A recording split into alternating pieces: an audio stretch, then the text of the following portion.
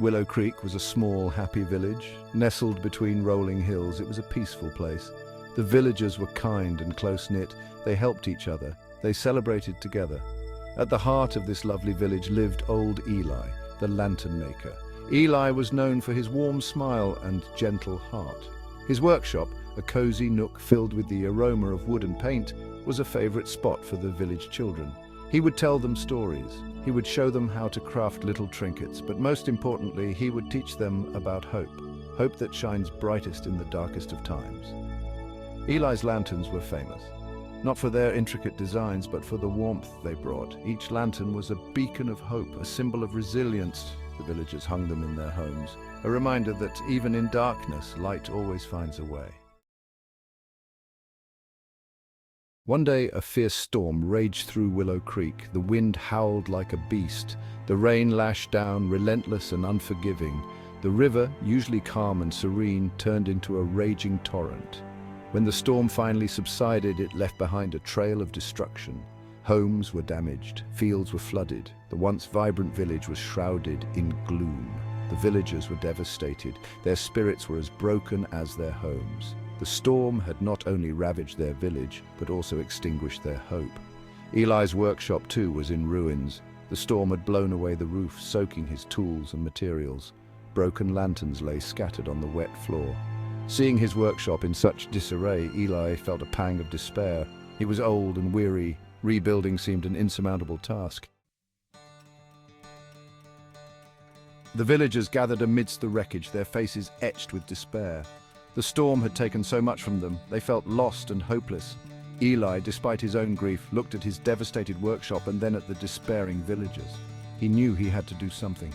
He picked up a broken lantern, his fingers tracing the cracks. An idea sparked in his eyes. He might be old, his workshop destroyed, but he still had his skills. He would rebuild his workshop one plank at a time. He would make lanterns again, one at a time. He would be the beacon of hope for his village. Eli started clearing the debris. His old bones ached, his movements slow but determined. His actions, though small, ignited a spark of hope in the hearts of the villagers.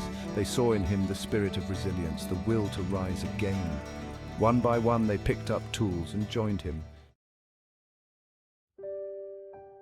A young girl named Mira lived at the edge of the village. The storm had been particularly cruel to her family. Their farm was destroyed, their livelihood washed away. Mira, usually a bright and cheerful child, was now quiet and withdrawn. She had lost her laughter, her spirit crushed under the weight of the disaster. One day, Eli saw Mira sitting by the river, her face buried in her hands. He sat beside her, saying nothing. He then picked up a smooth, flat stone and began carving it. Mira watched, curiosity flickering in her eyes. Eli, without a word, offered her the stone. It was a beautiful little bird, its wings spread in flight. Eli, with his gentle voice, told her about the little bird that never stopped flying, even in the strongest storms. He told her that hope is like that bird, always there, even when it's hard to see. Mira, for the first time since the storm, smiled. A tiny flicker of hope, ignited by Eli's kindness, sparked in her heart. Mira started visiting Eli's workshop. At first, she just watched him work. She observed how his gnarled hands moved with such precision, how each piece of wood and glass was transformed into a beautiful lantern. Eli, sensing her interest, showed her how to cut the glass, how to shape the metal, how to blend colors to create mesmerizing patterns. Soon, Mira was helping Eli. She would fetch tools for him, hand him pieces of glass, and listen with rapt attention as he shared his knowledge. As they worked side by side, a beautiful friendship blossomed.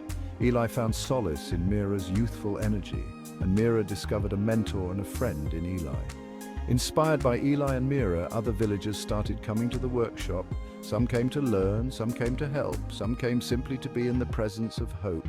The workshop, once a place of personal loss, became a symbol of collective resilience. Slowly but surely, Willow Creek began to heal. The lanterns that Eli and Mira made, along with the other villagers, were more than just sources of light. They were symbols of hope, resilience, and community. They hung in every home, a testament to the indomitable spirit of the villagers. Eli, though old and frail, was happy. He had not let the storm break him. Instead, he had used it as an opportunity to teach, to inspire, to spread hope. He had passed on his skills to Mira, ensuring that his legacy of light would continue to shine brightly. Mira, now a young woman, carried on Eli's legacy. She continued to make lanterns, teaching others the craft, spreading hope and light throughout Willow Creek. The storm had passed, but the lessons it taught, the bonds it forged, and the spirit it ignited lived on in the heart of Willow Creek, illuminating its present and guiding its future. Willow Creek thrived, not just because it was rebuilt, but because its people learned that even in the darkest of times, hope, resilience, and community can illuminate the path toward a brighter tomorrow.